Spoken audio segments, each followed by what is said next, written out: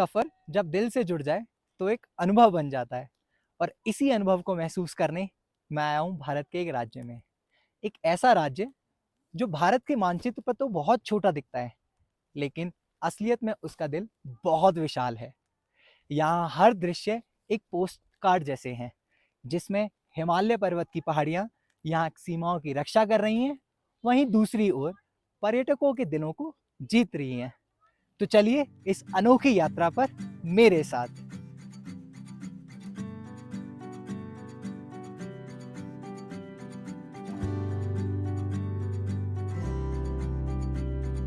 छोटी छोटी राहें मिलके कहीं दूर दूर मंजिल पर जाएगी। कभी छाँव छाँव कहीं धूप सताएगी। लंबी लंबी दूरी भी यूं ही चलते चलते कम होती जाएगी। कभी छाँव छाँव कहीं धूप सताएगी। सफर अनजाना सा है, रास्ता बेगाना सा है। हर मोड़ मोड़ पे कुछ नया सा है। हर मोड़ मोड़ पे कुछ नया सा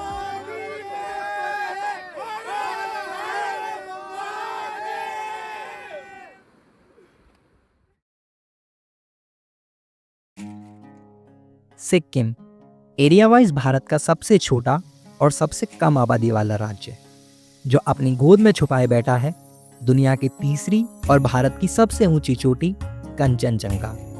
ये घर है उन झीलों का जो काफी हाइट पर मौजूद है। ये भारत का फर्स्ट फुली ऑर्गेनिक स्टेट है।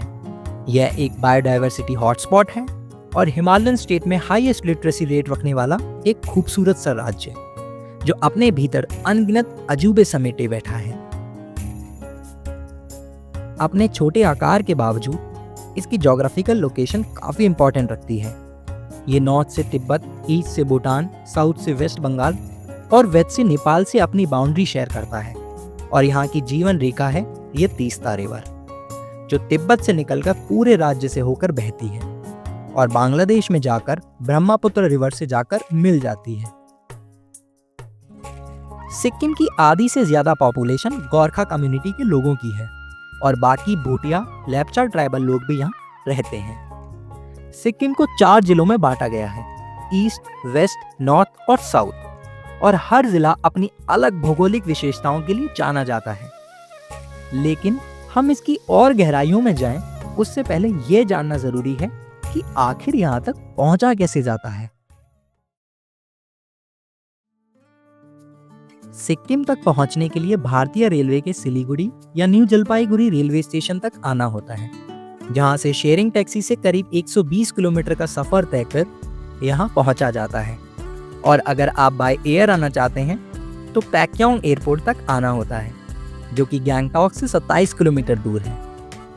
इन सभी मार्गों का लुत्फ उठाकर हरे भरे जंगल, कलकल करती नदियां और रंग बिरंगे फूलों का नज़ारा देख पहुंचा जाता है ईस्ट सिक्किम में, जहां स्थित है भारत का अनोखा शहर, जो कि सिक्किम की कैपिटल सिटी है, गैंगटॉक में। ये शहर आपको शॉक कर सकता है और आपकी कल्पनाओं से भी परे अपनी संस्कृति, खूबसूरती, क्लीननेस और आधुनिकता से आपको मेस्मराइज कर सकता है। यहाँ की साफ सफाई वाकई सराहनीय है। यहाँ मौजूद सड़कें, फुटओवर ब्रिज आपको अलग ही खूबसूरती का एहसास दिलाती हैं। तभी तो ये India's one of the cleanest state है। यहाँ मौजूद एमजी रोड पर यह मार्केट, जहाँ आप कैफ़ेज़, रेस्टोरेंट्स और शॉपिंग का लुत्फ उठा सकते हैं। एमजी रोड यानी महात्मा गांधी रोड, तो इसीलिए यहाँ गांधी जी की प्रतिमा होना तो स्वाभाविक है। यह जगह गैंगटॉक की सबसे लोकप्रिय पर्यटन और सामाजिक केंद्र है, जिसको गांधी जी से जोड़कर एक राष्ट्रीय पहचान दी गई है। शहर से कुछ ही दूरी पर स्थित है नाथुला पास, जो कि लगभग 4300 मीटर की हाइट पर मौजूद है। यहाँ से आप तिब्बत बॉर्डर को करीब से देख सकते हैं। इसी के साथ मौजूद है यहाँ बाबा हरभजन सिंह मेमोरियल टेम्पल, यह मंदिर सिर्फ एक धार्मिक स्थल नहीं, बल्कि भारतीय सेना की वीरता, आस्था और अनुशासन का प्रतीक है। मान्यताओं के अनुसार उनकी आत्मा आज भी अपने पोस्ट पर ड्यूटी निभाती है, जवानों को खतरों की चेतावनी देती है और सीमा की रक्षा करती है।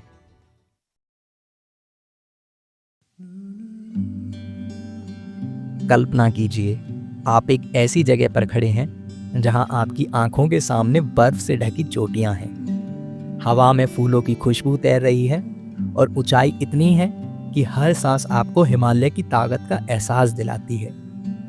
यह कोई सपना नहीं, यह है सिक्किम का सबसे रहस्यमय, सबसे खूबसूरत हिस्सा, नॉर्थ सिक्किम। यहाँ आना अपने आप में एक साहसिक यात्रा है, लेकिन वो कहते हैं ना, मंजिलों से खूबसूरत तो सफर होते हैं। तो इसी सफर पर चलते हुए मिलता है एक खूबसूरत सा गांव, लाचुंग। चारों ओर से इन ऊंचे पहाड़ों के बीच में एक वैली पर बसा है लाचुंग, जहां दूर से कई बर्फ के पहाड़ आपको झांकते दिखते हैं और इन्हीं पहाड़ों के बीच से बहती है लाचुंग नदी। लाचुंग के नाम का मतलब होता है स्मॉल पास, क्योंकि लाचुंग ही एक जरिया है इन ऊंचे पहाड़ों के और करीब जाने का। और जब आप इनके और करीब इस गांव से निकलकर आगे जाते हैं तो मिलती है एक बहुत ही खूबसूरत वैली, युमथांग वैली।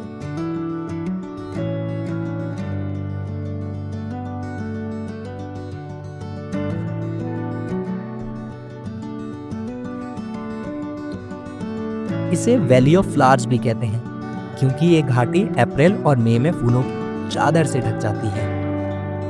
यहाँ का व्यू आपको किसी सपने सा प्रतीत होता है। ऐसा लगता है मानो आप प्रकृति की गोद में हो।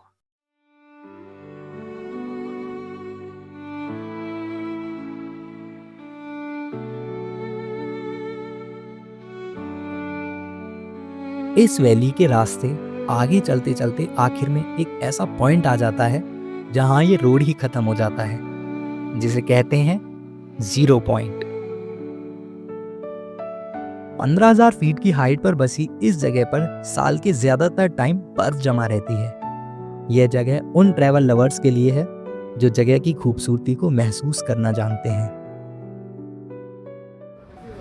गाइस, अभी हम जीरो पॉइंट पर हैं सिक्किम में, और I can't explain how emotional I am like right now.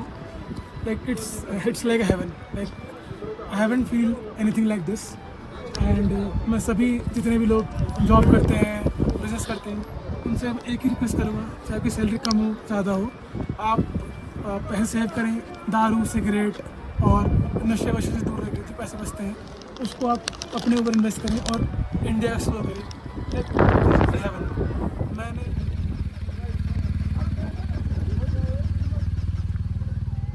Just few words.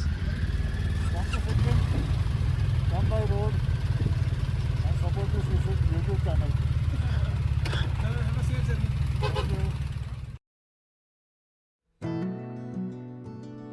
यहाँ लाचुंग की ही तरह एक और गांव मौजूद है जो यात्रियों के लिए एक दरवाज़ा है, जो हिमालय की सबसे रहस्यमय और इसकी ऊंचाई तक पहुंचने का सपना देखते हैं, लाचेन।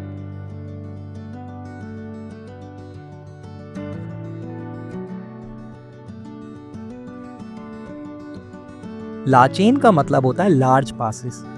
चारों तरफ ऊंचे पहाड़, बर्फीली चोटियां, गहरी घाटियां और क्रिस्टल क्लियर जैसी साफ बहती नदियां इसकी खूबसूरती का प्रमाण देती हैं। लाचेन असल में मशहूर है गुरुदोंगमर लेक का बेस कैंप होने के लिए।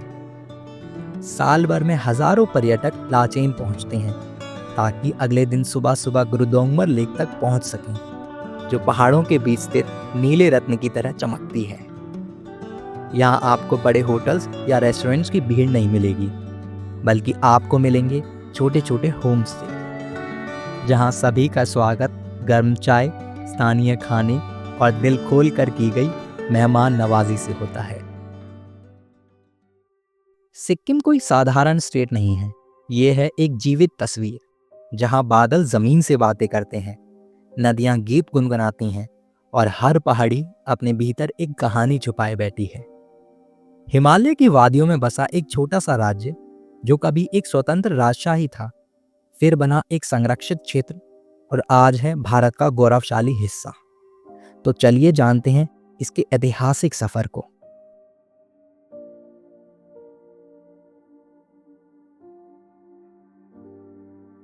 सिक्किम का इतिहास रहस्य से भरा हुआ है। सबसे पहले यहाँ लेप्चा जनजाति बसी, जो खुद को इसी भूमि का आदि निवासी मानते हैं। बाद में तिब्बत से आए भूटिया समुदाय ने भी यहाँ निवास करना शुरू किया और धीरे धीरे बौद्ध धर्म का प्रभाव बढ़ा। डेंजोंग नाम से पहचाने जाने वाला ये राज्य न सिर्फ हिमालय की शांति में लिपटा है, बल्कि अपने इतिहास और अपनी सांस्कृतिक विरासत को भी अपनी सीने में समेटे हुए है। यह राज्य पहले एक स्वतंत्र राज्य हुआ करता था, जहां नामग्याल वंश का राज्य था, लेकिन धीरे धीरे इतिहास ने करवट ली और सिक्किम भारत का बना 22वां राज्य है। 1960 और 70 के दशक में सिक्किम में कई जन आंदोलन हुए। 1973 में जनता ने राजा के विरुद्ध प्रदर्शन शुरू किया और चुनावों में पारदर्शिता की मांग की।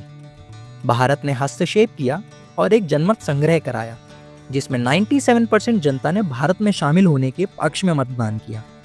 इसके बाद 1975 को सिक्किम को आधिकारिक रूप से भारत का 22वां राज्य बनाया गया। यहाँ के लोग न केवल जीवन जीते हैं, बल्कि मुश्किलों को मात देकर हर दिन नई कहानी लिखते हैं। तो चलिए एक नज़र सिक्किम के चैलेंजेस पर भी डालते हैं।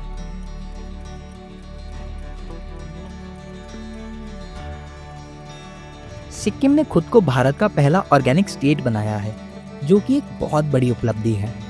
लेकिन ऑर्गेनिक खेती से किसानों की आमदनी में भी कमी आई है, क्योंकि पैदावार घट गई है और बाजार में प्रतियोगिता बढ़ गई है। किसानों को उनकी फसल का उचित मूल्य नहीं मिल पाता है और सिक्किम के दूर दराज के इलाकों में स्वास्थ्य और अच्छी शिक्षा तक पहुंच अब भी एक चुनौती है।